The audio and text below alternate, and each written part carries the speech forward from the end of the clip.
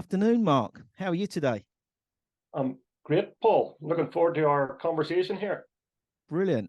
And we've been talking, obviously, pre this interview, and we met on LinkedIn, and I've got to know about your products, and I've actually trialed your products, and I was very impressed. Whereabouts are you based, Mark?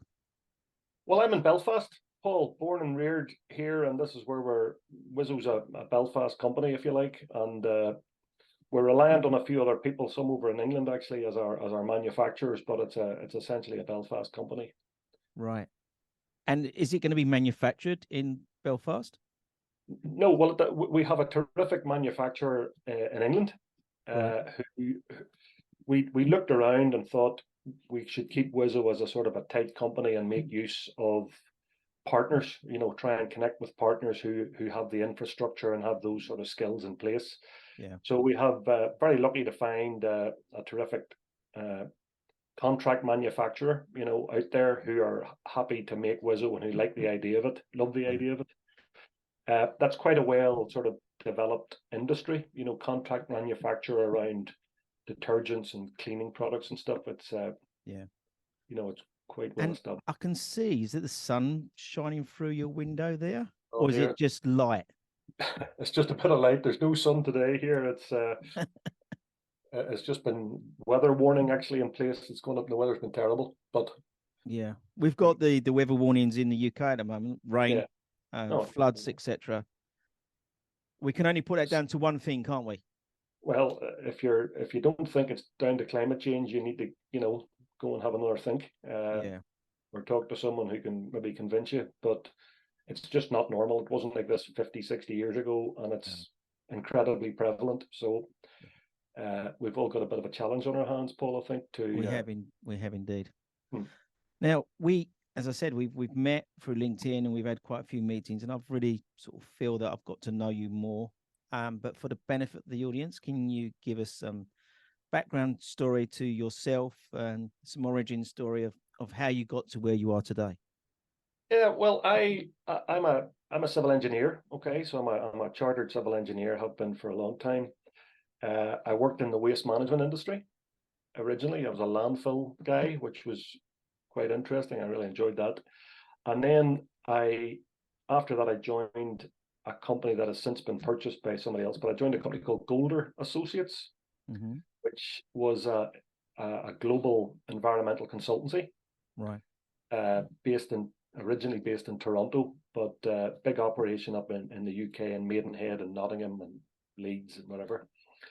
And I opened an office for Golder in Belfast in 2005, which was great fun. And then in 2010, I was appointed the managing director of Golder for the UK and Ireland. Hmm. I did that for 5 years. I then took on a role over in the Middle East, a business development role over there after stepping down. And really around that, Paul, is where I got to do a bit more traveling. We couldn't ask people to go to certain places if we wouldn't go ourselves. So I went to Saudi Arabia, I went to Jordan, I went to Kuwait, I went to Israel. Actually, we had worked Right. in Israel, and I used to come back from those trips and go, God Almighty, those guys talk about water the way we talk about the weather, as we just Yeah, have. yeah, yeah. Uh, and it sort of struck me one time talking to the guys in Israel that we were working for was a water company, and sort of over a beer, one of them said, "How much is your water, Mark? How much do you pay for water?" Because it was part of their conversation, and I thought, oh, I said, well, it's sort of included in our property taxes, Hmm. which it is allegedly here, the same as in Scotland. And they said, oh, that's a good way to pay for it. How much is it? And I was completely gobsmacked that I didn't know the answer to that. It's Yeah, yeah, no idea. Not that I would have known. I've never had a bill with a cost on it. yeah. But I really came home from that trip and thought, God, we're incredibly wasteful and I don't know the basics. And I looked into it and water usage and all that stuff. And it just struck me how wasteful we are of a resource that's actually incredibly precious. There's a Mm, lot of water out there, but how much of it is fresh water and how much of it is fresh water that you're able to capture and reuse? It's mm. an incredibly small amount. It's quite And shocking as well when you start thinking about, you know. yeah, I mean, so really what happens is whenever the water companies were sort of first set up, basically since then, the demand for water on a per person per day basis has just increased year on year for 100 years or whatever. Just make more water, keep producing more water was the answer to the demand. And then in the last sort of 10 years, people have realized that's just not sustainable. So there's a real challenge that the water companies have all sorts of challenges around treatment and on all of the stuff that you're familiar with, but just being able to source and provide the amount of water that people need is a massive challenge. There are actually water stressed regions in the UK and in Ireland, Scotland as well, even. Well, that's obviously in the UK, but so there's a real push and a challenge for water companies to get people to change their behavior. Make people aware of it and then ask them to change their behavior or convince them or nudge them or whatever that might be, because there basically ain't enough water on an ongoing basis to meet what people are essentially think they're going to need. Yeah. So all of those things sort of came together, and then BBC reporters walking around reservoirs that should be 30 feet deep, and they're finding villages that were flooded in the 30s and all that stuff. Just completely brings that home to people that there ain't as much water as they think. But the numbers around it, Paul, and I'll maybe give you the details on Wizso if now's a good time. But really, each of us, you, me, kids, old people, younger people, whatever, doesn't matter who you are, where you are, we're all using, as a round number, 50 litres. 50 litres of drinking water every day of our lives, just to flush away our urine when we go for a pee only. And that's significant, because I'm just relating that to say we need to be drinking something like 2 litres of water every day.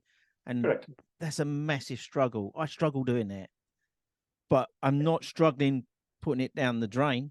You're not struggling using 25 times that to flush it away. That's an astonishing figure. It's an extraordinary number. Can I just go back to one thing?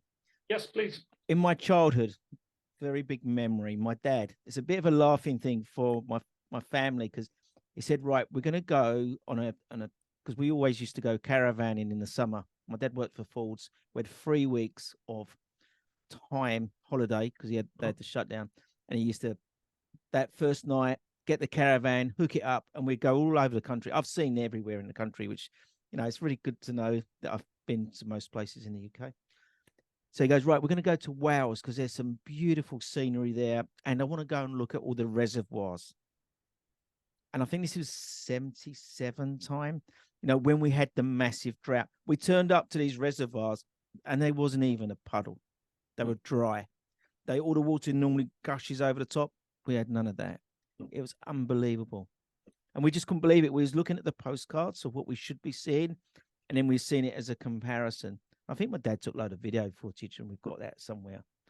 Absolutely shocking.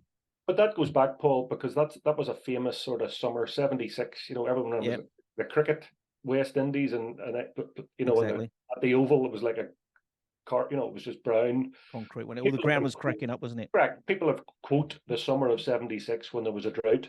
Yeah.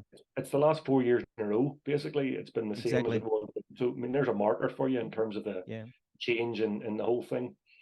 But just going back to the sort of the Wizso thing or the water issue. So the issue isn't just the water; it's the quality of the water. So all the water we use is mains water, perfect.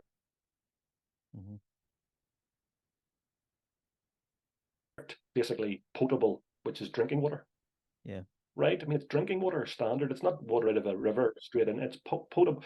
And the way yourself, a hot day, you'd go, I've got to die for a glass of cold water. Yeah. There's thousands of people die every day for a glass of cold water, and we're using it to flush down the toilet in ridiculous quantities. Yeah. So that's just struck me, and I thought of Wizso quite a while back, a few number of years ago. But it wasn't really until the lockdown 2020 that I really got my head around it and thought, now, I have a bit of time here, I can do something about it. So in Northern Ireland, there's a industrial development board called Invest Northern Ireland, and they will issue a grant, small grant, an innovation voucher it's called, and you can get some research done at a university with that. So I went to Queen's University, the biggest university here in the city, and the head of chemistry, the head of the School of Chemistry, I said, Professor Bell, I said, listen, I'd love a fizzy tablet that releases color and fragrance and is benign, environmentally benign, because obviously it needs to be simple chemistry. Yeah. And I said, oh, I think we can do that for you. So Invest and I issued the grant the day after I made the application. So that's really where it started, Paul. A PhD student in a laboratory in Queen's coming up with a sort of version 1 of a Wizso tablet. And we've done a second bit of work through that process, and then we went to a commercial lab and we connected with our manufacturer, and we've done all the stuff since then. And our branding, we've come up with our Wizso W, a couple of all of that stuff. So we've moved it on pretty well over the last couple of years, trials, getting feedback from people, and we're in sort of a refinement phase. So we've been using these little dispensers like the ones I sent you, slide top, drop it on your hand into the toilet.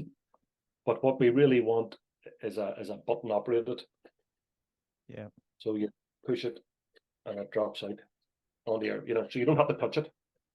So developing and you can't just find a dispenser that works for our tablet. We've got to go and get them made somewhere. So those are a couple of things that we've got to finalize before we release to the market, really. But that's a couple of months away, a few months away yet. And are these likely to be on the wall, or are they just Well, good question. Straight in. So if you think about use at home, when you're home there, Paul, you'll pick it up off your cistern and you'll push the button and you'll put it back on the cistern.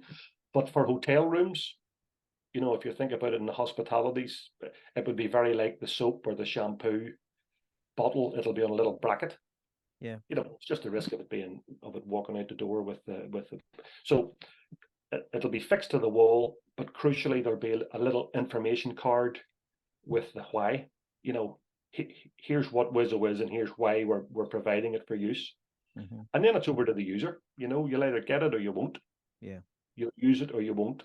But I think if you see it 2 or 3 times, you'll go, actually, I do understand that, and I've watched the news and I've heard that, and as you get more educated, you'll be quicker to use it. Yeah. And it's about the education. It is about the education, isn't it? Correct. And part of it is this information card. You know the way for 30 years there's been the card about if you're staying for 2 nights, leave your, use your towels twice. Because yeah. And I posted one of those recently. Massively impactful, without really being able to measure it in some ways. I don't know if they did it. They just knew it was a good thing to do, so they did it. Yeah. Whereas Wizso is one of those things, Paul, where you're able to actually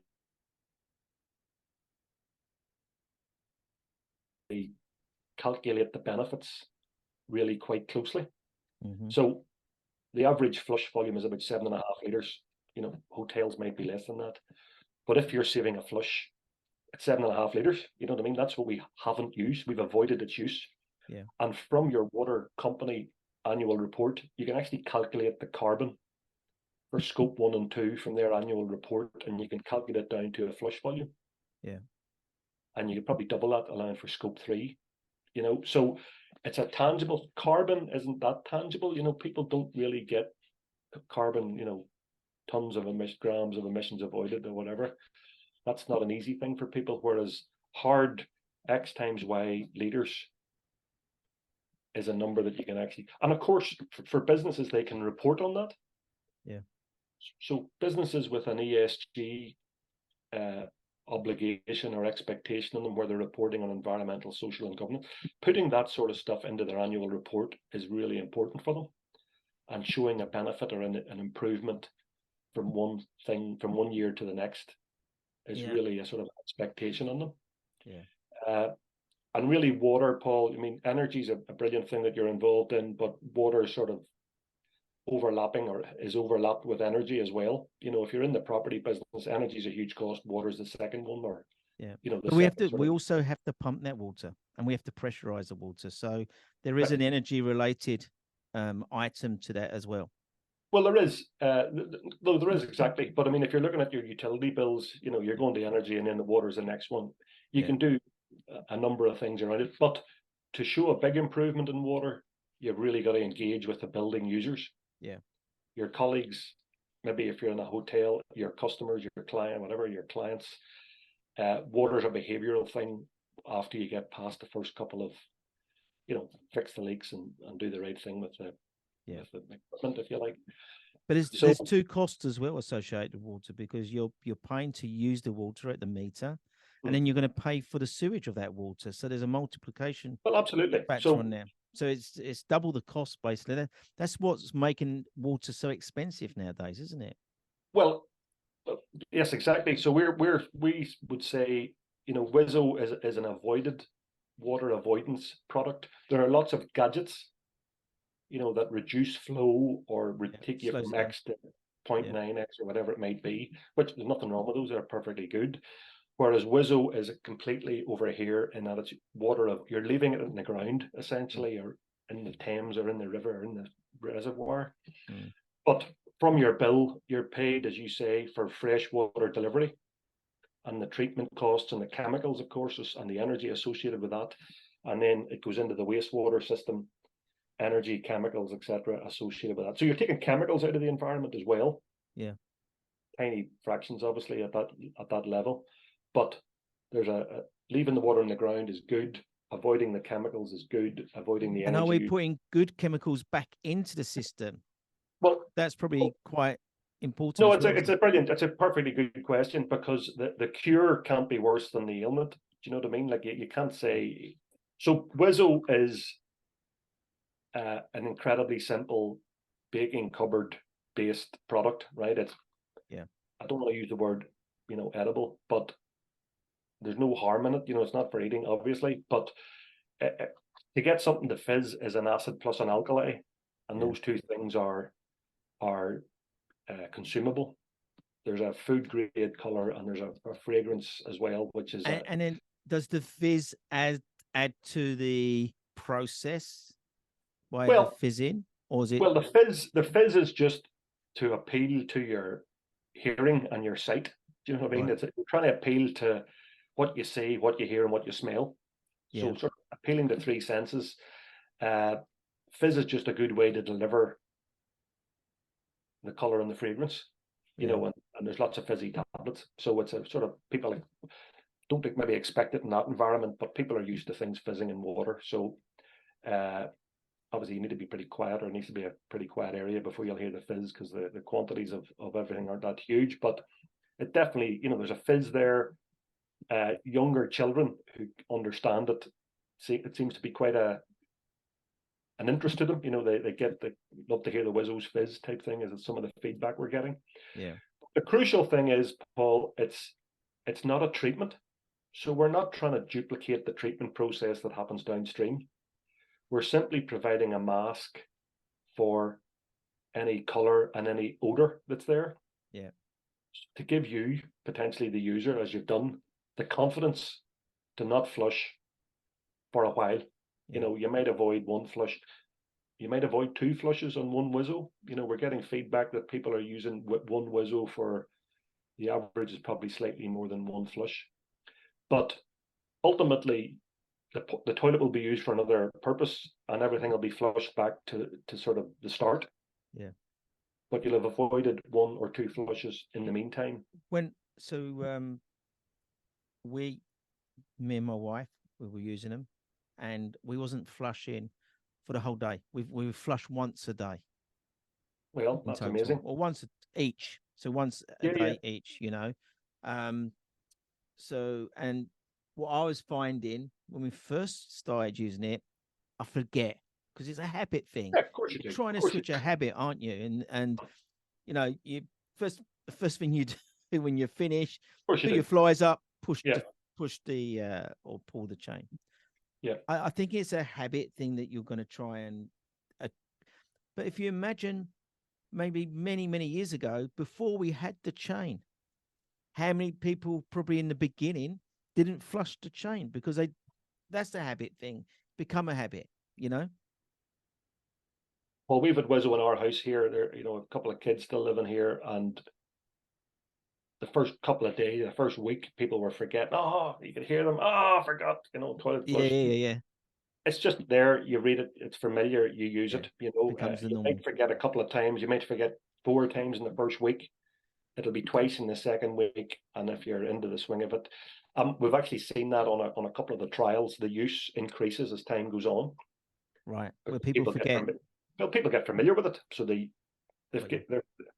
they maybe don't use it as much in the first week, but the second week it's up, and the third week it's even better. So it's a behavioral change thing, and that's the challenge, because people go, oh, I love Wizzo, but it's a behavioral change thing, and that's difficult. But again, if people are educated and understand it and read the information and appreciate why it's there, Yeah. they'll make a decision. And it's always a personal, pretty private decision, in the cubicle or in the toilet. You'll either use it or you won't. If you don't, it's a shame if you didn't, but the next guy will. You know what I mean? There's no penalty. There's no penalty. Exactly right. No, No. that's right. No. Correct. Except for when you leave the cubicle, the trumpets start blowing. Yeah. That's what you draw. Well, that's what we should have, isn't it? Well, we've had that. We've talked to a couple of potential sort of investors, and they just said, "Is there any tech involved? Can you apply tech to this?" Yeah. And we're going, well, not really. It's not, the toilet doesn't know what it's been used for. You could maybe automate it or make it. You could maybe build a dispenser into a toilet at some level in the future, but our tech is just a simple green tech, Paul, at this stage, with a couple of. We're looking to include a bioactive enzyme in it, which eats urea. So that might improve, eating away at the source of any odor might help the effectiveness of the fragrance. But that's a sort of a Wizzo bio type thing. Will be down the line slightly. We have a bit of research to do on that, but automating it onto a sensor through a chip on the toilet, that's just probably not anytime soon. Yeah. It's funny because we have odorless urinals. Yep. Where we're not, the chain isn't flushing anyway, so it should be just a migration except for in the basin. So it really shouldn't be that much different, should it?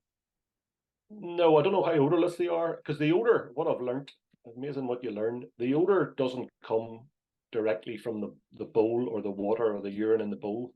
It comes from dilute urine that's been splashed around the bowl or on the floor or in the grout or in the tiles, whatever. That's where any odor in a toilet situation really comes from. Yeah. It's not the fresh, recent whatever. Our thing is that it's just reuse. It's using the water in the bowl and avoiding the flush from the cistern. Yeah. It's not. I don't know if it's going to work it's not going to work in a urinal because there's no water for it to dissolve in, particularly. No. So again, people go, "Oh, I use a urinal and work," and you go, "That's okay, once a day or twice a day." But 90 something percent of every time you go for a pee, Paul, you're going to use an only toilet. That's just the way it is. Exactly. So there's plenty of opportunity there for people to get their hands on and use it. Have you thought about in your sort of plans and ideas of how we're going to get over the barriers of the habit and people doing this? Have you ever thought about that? Well, make it available first of all. So for businesses, as part of a bigger environmental plan, put it in place, make it available, and explain to your colleagues why it's there. Yeah. And you'll get over that. So there's the way, if you think about it, Paul, if you're using Wizzo at home, there's you and your family there. There's no real issue in terms of using Wizzo. Why would you not? You're right. Mm-hmm. If you're in a hotel room, again, you and your family or whatever, private bathroom, why would you not? Okay. Yeah. The next space is sort of the work environment. So you and your work colleagues, communal toilets. I know all these guys, we work together, but it's not just as easy as the first two examples. Mm-hmm. But you might get there eventually, or you'll all get there. And then the fourth area, which is probably the hardest, but which will happen in time, is coffee shop at the end of the road. You know, public space, completely random. Don't know who was in. Don't know who's getting after me. You know, that'll be the slowest one to crack probably. But there's no downside for those businesses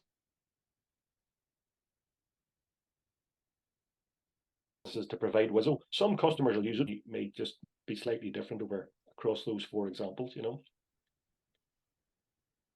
it's interesting how I think this could play out. Exactly what you're saying now, because I'm thinking about some customers I have that. So I've got 2 customers, totally the wrong end. One's the right end of the spectrum, and one's the wrong end of the spectrum. So the first side of it is a commercial building, 5 stories. They've got a massive ESG policy.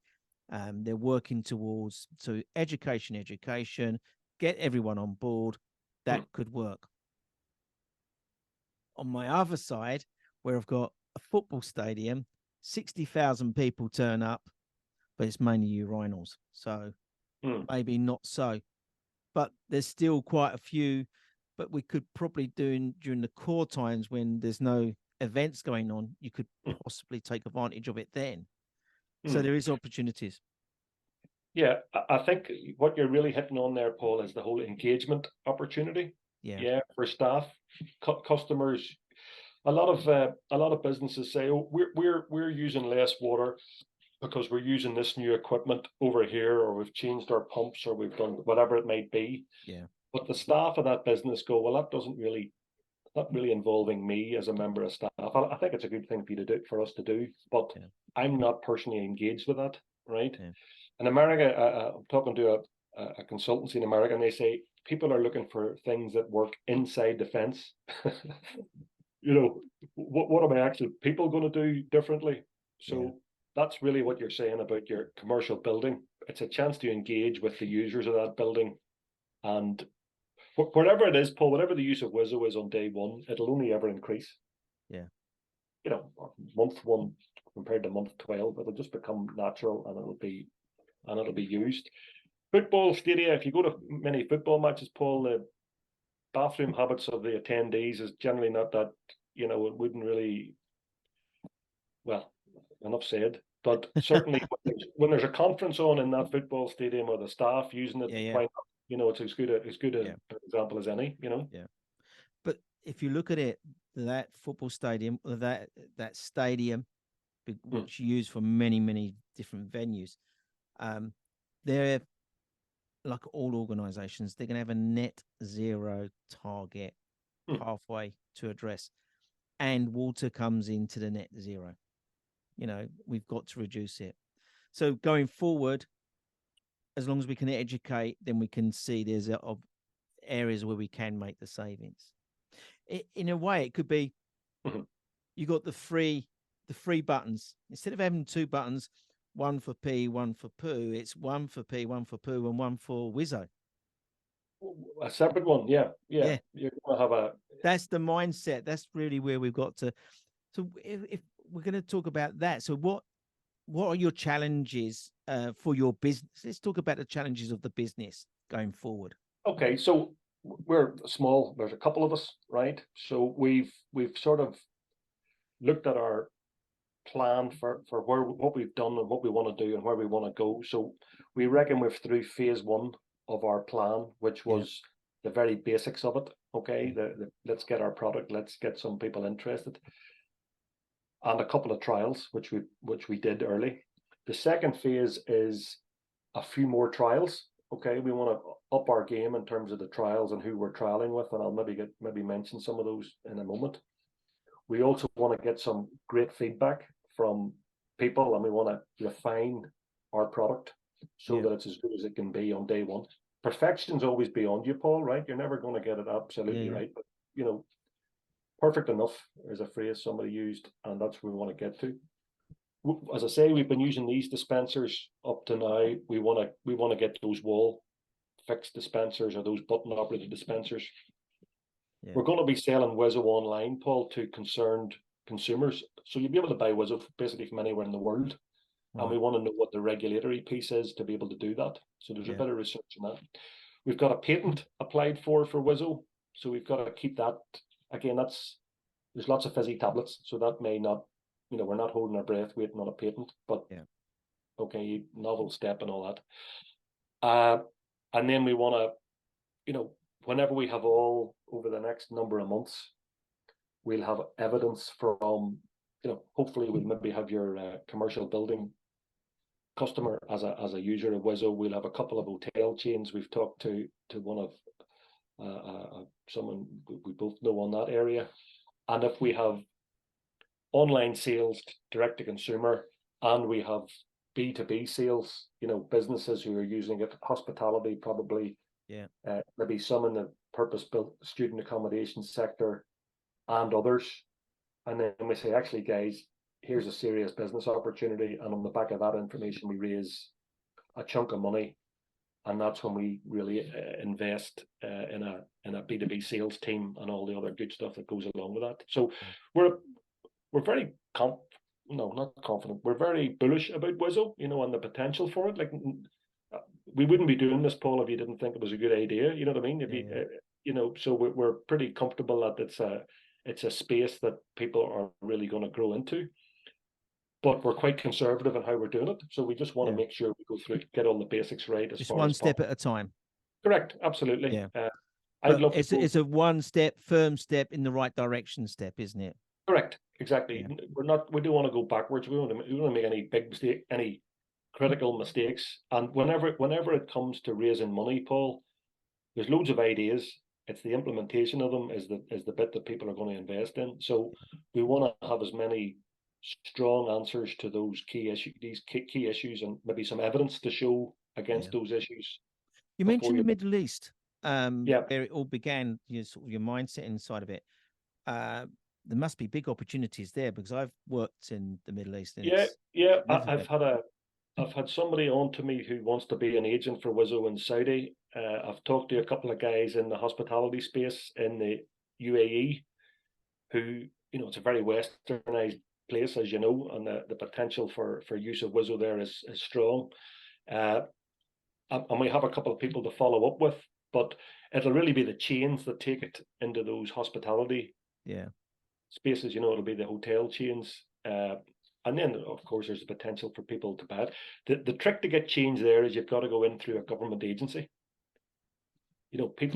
Those type of things can become not quite instructions, but public information, things on behalf of the government, the relevant government agency, and that's how people react and change their behavior. It's messaging is sort of from the center, if you like, but definite opportunity out there.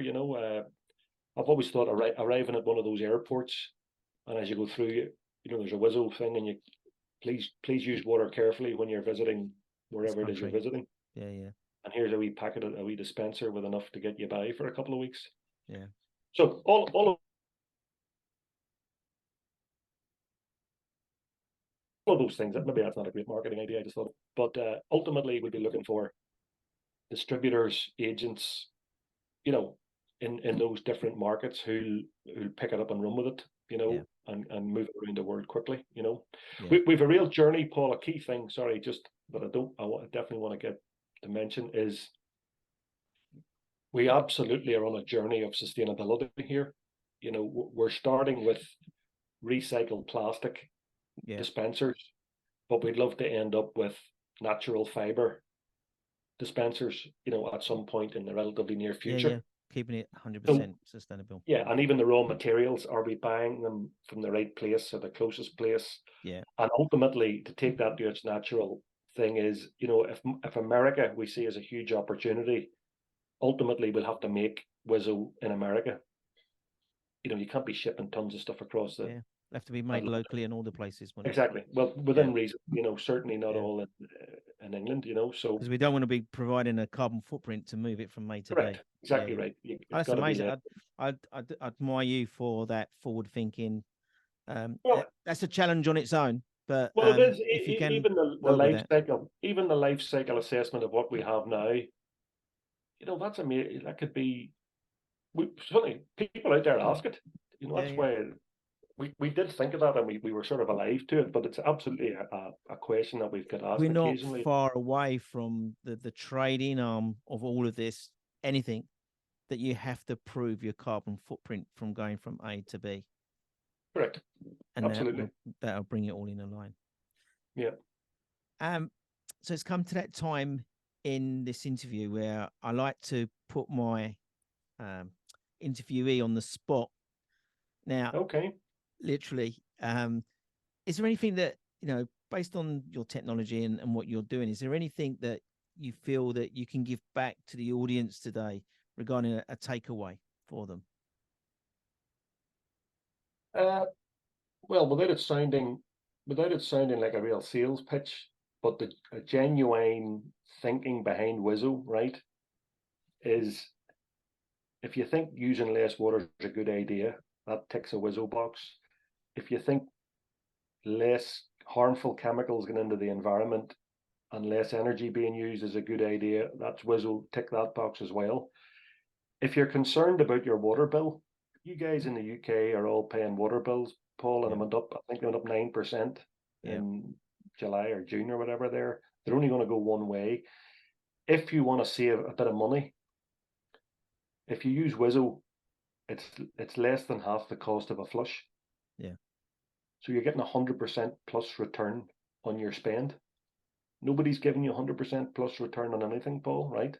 You're getting 5% in the bank if you're lucky, whatever, right? You're lucky, yeah. Not big numbers, but so it works on a money basis as well, financial basis. And then really, Paul, like the purpose of doing this, you gotta have some impact or positive impact.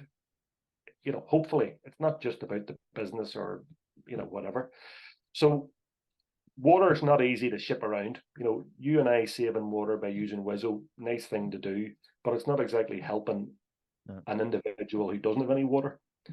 So we'd look to connect with a water charity, water organization of some sort, and to be a contribution from Wizso to that charity who are actually drilling wells for people in places where they don't have any water. Mm-hmm. So there's a bit of a social, aspect to it. That's maybe down the line a wee bit before we can do that. Yeah. But at least I think I'm doing something positive here, and it's having a positive impact somewhere else. So that would be those would be my four sort of takeaways on the why, Yeah, I like if you that. like, Yeah. You mentioned about the good feeling of so I used it. I trialed your products. And yeah, as we said, it's a habit thing. I keep forgetting. But I did it, and I got through the habit side of it, and I went through a couple of boxes. I felt really good knowing that I didn't pull that change, and there was no difference. I feel really good in myself knowing that I've contributed, because it was very, for me, it was very visual. I could see the saving because I hadn't pushed that button. That's a great point. So we've had the benefit, Paul, of a number of trials have been carried out by some of the UK water companies for us.